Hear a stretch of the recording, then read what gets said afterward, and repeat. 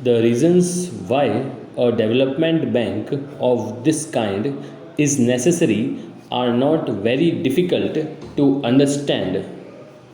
The size of the allocation for industrial in the first two 5 year plans was not, on the whole, so great as to strain the resources of the existing financial institutions, including banks.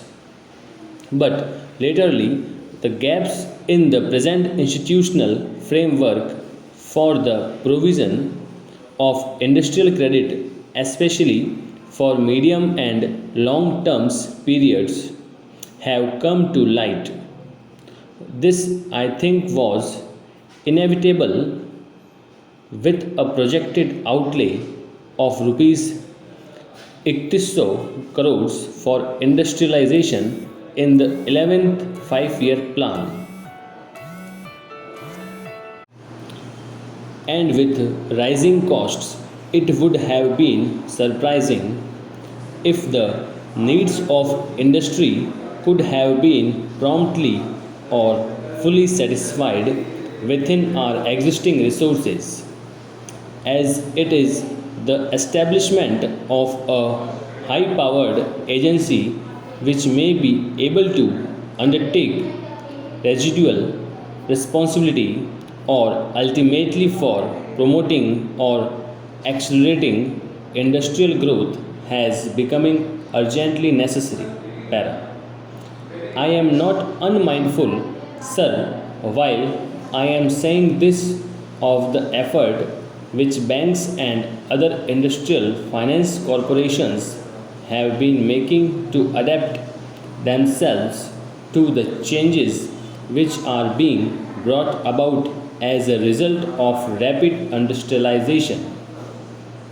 Bank advances this year at the peak of the busy season reached a record level, and nearly 60% of the advances are now granted for industrial purposes. In the case of the State Bank of India, which is our leading commercial bank, the figure, I believe, is even higher. Three-fourths of the state bank's advances, I understand, the sanctioned to industrialize units. Although there has been this notable change in the outlook of the banking system, and although we have been facilitating this change by providing liquidity or refinance to the banks, they will find it increasingly difficult to provide the additional resources. Para. There are many other competing demands on the resources of the banking system, and banks have also some statutory obligations in the matter of maintaining a specified percentage of their resources in cash or approved investments. In any case, the ability of the commercial banking system to assist industry is depended in the long run on an increase in deposits. While banks can and should try to help the industry, it will be unrealistic to think that in the existing phase of development they can continue to carry the burden of financing industrial enterprises without any external aid or assistance. Para. We have a number of specialized agencies like the Industrial Finance Corporation and the State Finance Corporations, but they operate within certain limitations.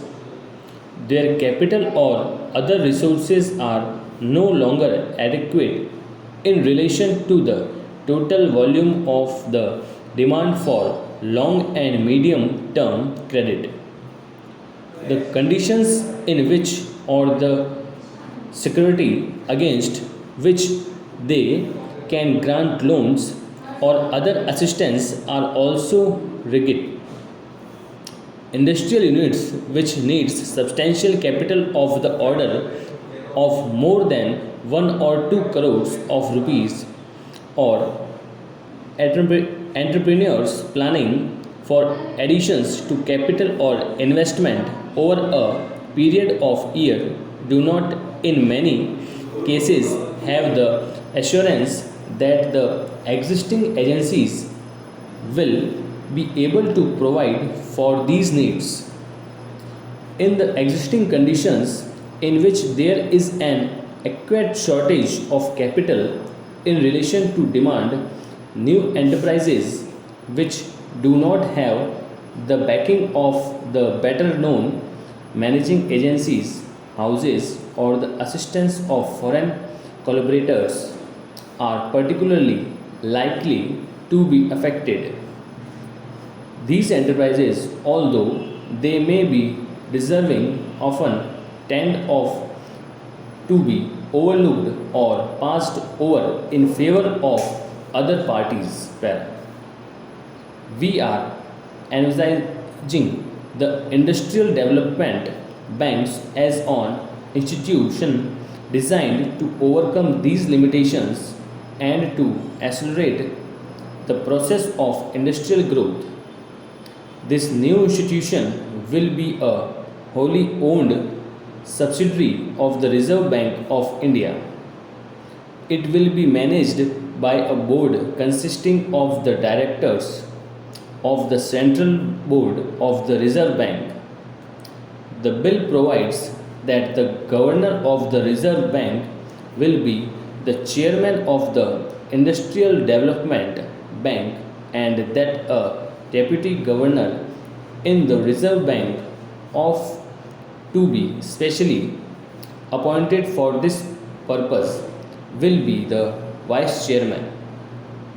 In view of its close association with the central bank of the country, the Industrial Development Bank will be able to draw on the knowledge and experience of that bank and to obtain in its day to day operation such guidance and assistance as may be necessary. Para. The Industrial Development Bank, as I have indicated already, will have the residual responsibility of ensuring that no deserving industrial enterprise which gets an allocation or is accorded a priority in our 5-year plans will be allowed to suffer for want of financial resources or assistance. For discharging this very onerous responsibility in an adequate manner, the Industrial Development Bank will have substantial funds of its own in the form of capital subscribed by the Reserve Bank of India. We are expecting the new institution to issue capital to the extent of rupees 100 crores. Like all other institutions, the Industrial Development Bank will be able to borrow money from the Reserve Bank. Stop.